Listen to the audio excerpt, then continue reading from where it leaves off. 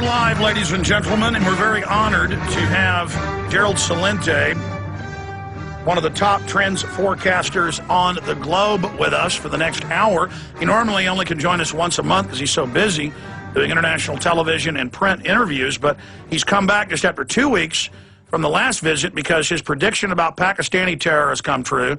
His prediction about massive riots intensifying that he made 2 years ago about Greece is now unfolding.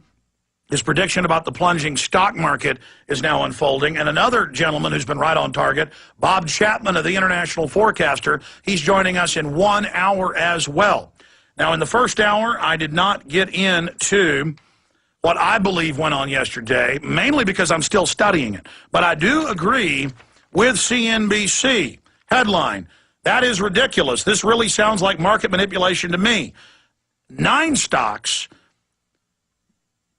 simultaneously went down. This was not some fat finger. We know the plunge protection team manipulates the market. Now, was this Europe plunging and their markets being closed triggering this? Or was this insider trading, which we know the major trade commission, the groups that are over the stock exchanges, I mean, Madoff founded the NASDAQ. We know they're constantly involved in stuff like this, but they're getting really bold now if this is a premeditated fraud. We know they jacked the market back up almost 1,000 points in just minutes. That's never happened. It's never dropped 1,000 or been jacked up this fast. So we know there's manipulation. We know the story about fat fingers is a cover.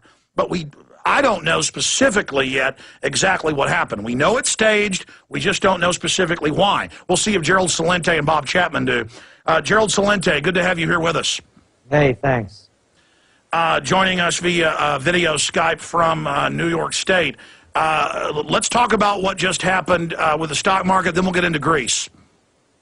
Well, it's the crash of 2010, as we had forecast at the beginning of this year. And what's happening is the stimulus money is running out worldwide, and any time that there's a trigger like Greece or something else, the market is going to decline. As you well pointed out, we know it's a rigged game. How it was rigged and who rigged it, well, that we'll never really get to the bottom of it. We never know the truth of those things. But I do believe that the market is unraveling, and what they did do yesterday is they came in and pulled out all the stops to jack it back up from not crashing. And they're going to do it for a number of days, and they're doing it globally. There's no stopping the meltdown. The markets collapsed, Alex, in March of 2009. What they did was they pumped them up with all of the stimulus money. It's as simple as that. It's all of Europe, the United States, the UK, India, China with its free lending policies and stimulus, Japan, South Korea. It's worldwide. Now it's running out. Just as we're seeing these phony unemployment numbers coming out, they're only juiced up by the stimulus money. When the stimulus runs out, the markets crash. The markets are now crashing now. So here's the game. The insider trading starts happening. The big guys start pulling it out because they know what's coming next. They jack it back up, and then they get the shills out there to say, listen, this is a good buying opportunity. The market is only going through a correction. We have a lot of fundamental strength in the economy, and they sucker the people back in. So anyone that thinks that this is going to be a market that's going to grow in strength deserves what they get. All right, Gerald. Current events form future trends. Look at gold prices. How much are they up right now, Alex? They're up a lot. They're up 40-something bucks in the last 2 days. Gerald Celente, stay there. We're going to come right back to you after this break. I want you to recap and start over and go through your full prospectus of Meltdown 2010 that you've been predicting for the last year and a half. Gerald Celente is our guest. Bob Chapman coming up as we cover every facet, saying that citizens can't wear American flags in public schools and kids being suspended. The illegal aliens in San Francisco then marched the students in their anger over anyone dare wear an American flag. This is the balkanization. We'll talk about that later. Gerald Celente, founder of the Trends Research Institute in 1980. He is a pioneer of trend strategy. He is the author of the national bestseller Trends 2000 and Trends Tracker. Warner Books, far better than Megatrends, is what the publisher of the internationally circulated Trends Journal newsletter. He's a political atheist. Gerald Celente is a political atheist, unencumbered by political dogma, rigid ideology, or conventional wisdom. Celente, whose motto is think for yourself, observes and analyzes the current events, forming trends, future trends for what they are, not for what he wants them to be.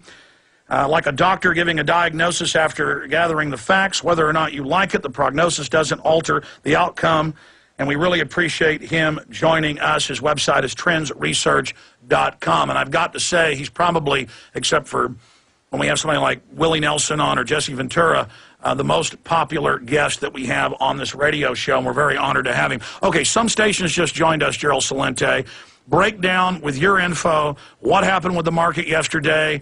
You predicted 3 years ago the stock market plunge of 2008, a year and a half before, a year and a half after before what happened in Greece. You predicted it would start in Greece, Portugal, Spain. Now they're saying England has as big a debt ratio. So does the U.S. They're announcing a global implosion. The banks, we know, are engineering this and hijacking countries. So break down where you see this going and what's happening with the markets and the next shoe to drop. Well, the next shoe to drop appears to be happening again in Europe. First of all, what's going on in Greece is going to explode into social unrest worldwide. The people are not going to take it. I love the white shoe boy language they use. The average person has to suffer through their austerity measures so they could bail out. Who is it that's holding the bonds? It's these huge hedge funds and banks. They can't give them, here's their language, a haircut. What do you mean you can't give them a haircut? Oh, no, they won't even get a trim. You have to cover the losses. In the United States, the people accept that a lot quicker than they do in Europe. The Europeans know the story, and they're not going to let it happen. The next shoe to fall, probably Spain, Portugal, then Italy. The UK is in terrible trouble. We're going to see sovereign defaults around the world. It's happened before, and it's happened again. Let's make this 100% clear. The only people that are getting bailed out are the two bigs. They're not allowed to lose any money, always under the guise that if we lose money, the whole world system will collapse. It's kind of like, Alex, did you hear President Obama recently when he addressed the Wall Street crowd a couple of weeks ago? He called them the titans of industry. What industry? They're not making cars. They're not producing steel or building railroads. The only thing they make are profits. And they're not titans of industry. You know who they are? They're bookies. Call it what it is. But they're super bookies. These are guys that not only are touts at the racetrack, they also field the horses. Thoroughbreds that are really nags. Credit default swap. Auction rate security. That's all they are. Synthetic credit default swaps. Special investment vehicles. The whole fraudulent system is collapsing, and the governments are going to crack down on the little people so they can pay off the gambling debts made by the big losses. Number two, as the markets collapse, what they're going to do, the big guys are going to bail out. As I have mentioned, what they'll say is that the markets are rebounding. I can't make this stuff up. As I said to you just several minutes earlier, they're going to say, this is a good buying opportunity. Well, between the time I said that and the break that happened to now, I just heard the clowns on CNBC say, it's a great buying opportunity to jump into the stock markets in Europe. Oh, yeah. It's a great opportunity to jump onto the Lusitania. It's going to have a lovely trip across the ocean. Anybody that buys into the markets or that buys into these lies deserves what they get.